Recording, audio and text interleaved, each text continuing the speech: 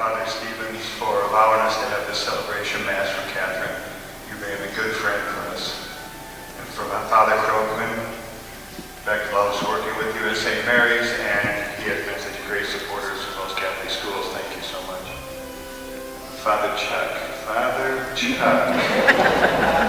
have known Father Chuck over 30 years, and when I started at O'Gorman teaching English, were you teaching anything? I'm not quite sure. On behalf of the family, thank you for coming today. It means a great deal to all of us. Thank you for allowing me to share a few words about this wonderful woman, Kathryn. A woman who taught us how to live, and she taught us how to die.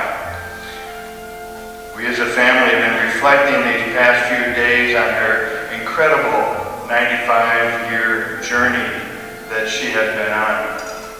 And I would like to reflect a little bit on the wisdom and the humor of Kathryn before we leave today. Where does one begin? When she was told by her doctors that she looked like $1 million, she responded, "They're probably counterfeit."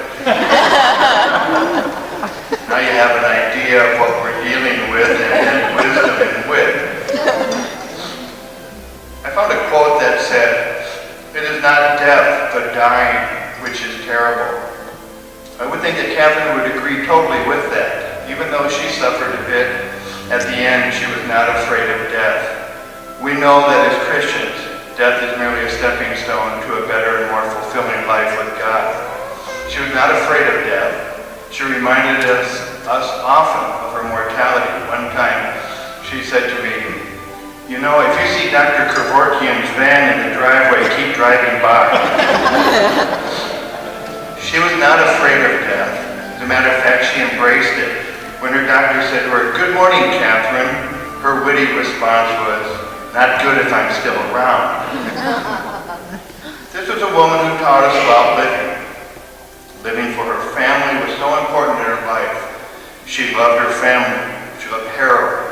She loved the children, her grandchildren, and great-grandchildren. And the love for her family was perpetual. It never seemed to end. She loved nothing better than to see her family together, sharing and laughing and loving and being together. She loved her sisters so much. One time she said, we found out that Lois had an injury and that she was in too much pain to talk, and her response was, "She must be in a lot of pain." Although she didn't converse much in large gatherings, she was perfectly content to listen and to enjoy the love and laughter of her family. She always said it was Harold that brought everybody together. But you know, it was her innate nurturing, her quiet demeanor, and her desire for her family to be so close and to pass that special bond on to Stoebner future generations.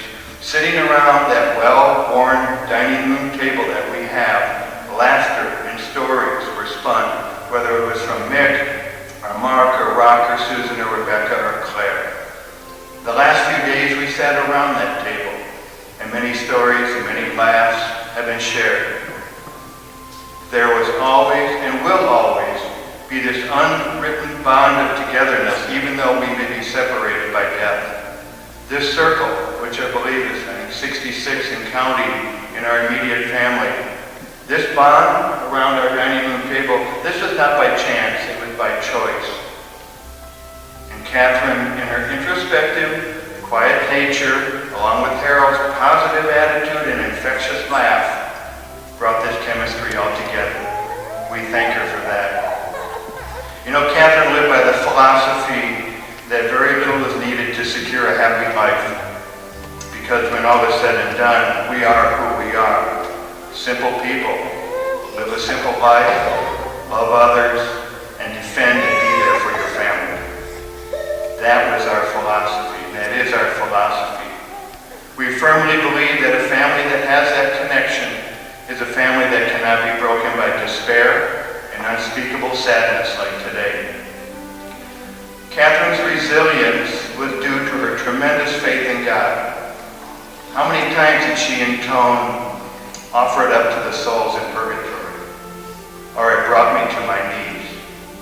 She knew that her goal in life was to live in the image of God and to strive daily and to please Him.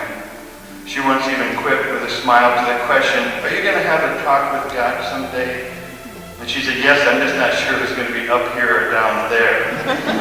She knew, and I think we can all agree, that we know how much she loved God, and is probably at this moment sharing with Him her caramel roll recipe.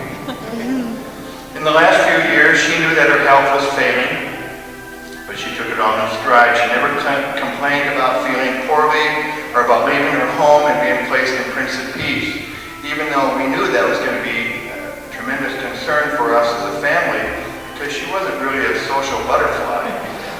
And to the staff of Prince of Peace, they were remarkable. Thank you for providing such a caring and Christian environment for Kathryn. She often would make fun of her own mortality. I remember one time Dr. Nelson said to her, "Kathryn, you had NKA, no known allergies." And she quickly responded without skipping a beat, "No, I have NRA, not really alive." This isn't bad for a woman who appeared to be sitting in the bleachers of life as an innocent bystander. Or when the doctor asked her, "Kathryn, what's new?" And she said, "Well, not me." This was a woman who could laugh at her own mortality. Her quick wit and subtle actions and her absolute, total, and unequivocal devotion to God and to her family will be her legacy. We should be so lucky. When someone mentioned that Harold was going to bring home a sporty-looking car one day, she said, "You know, the next thing we'll know, he'll be dyeing his hair black." She had such a great wit about her. One time I said to her, "Kathryn, can I say a few words at your funeral?" And she gave me that book, and we all know what that book is. And she said, it's that book, is it? And she said, "I think I'll sit up right in the casket if you do." She never wanted to take any accomplishment or credit for any of her accomplishments. But I'm sorry, Kathryn, there's just too many great things to say about you. She had been looking forward to this day for a long time. She had everything planned out for her funeral. One of her notes I read the other day said, "Make sure that the meal is served right after Mass for those that don't intend to go to the cemetery." She was always thinking of other people. And she ended her note by saying, "You go on with your life, I'll be fine." She wants to be with those who have gone before her, family and friends, and although there's sadness in our hearts today, we rejoice in the beginning for her. Last year I told her, I said, Beck and I are going to take you over to Hills of Rest to the cemetery on Memorial Day. And she stared at me and she said, "Walking or riding?" and I wasn't sure what she was saying. And she kind of rolled her eyes at me and said, "Do I have to spell this out for you?" And she said, "Dead or alive?" Someone once said, "Death has but one terror, that it has no tomorrow." We know that in Kathryn's case that is not true. She has many tomorrows, and she's now in the loving arms of God and with those who have benefited from her kindred spirit. We pray for her eternal soul and thank her for the gift of life. One last story. When she went to the doctor, she had these cracked ribs, and Dr. Nelson said, "You know, Kathryn, we don't wrap old people because it might be harmful to them." She said, "Well, wrap me up." Well, Kathryn, I'm wrapping this up by saying on behalf of the family, I was privileged to know you. You taught us how to live and how to die with grace and everything in between. That is not a bad legacy. Thank you all for coming today. You have been a tremendous support for our family during these difficult times. The memory of Kathryn will live on forever, and his stories and laughter will continue around that well-worn dining room table. Thank you, Kathryn, for allowing us to continue that tradition. Thank you, Kathryn, for who you were and will always be.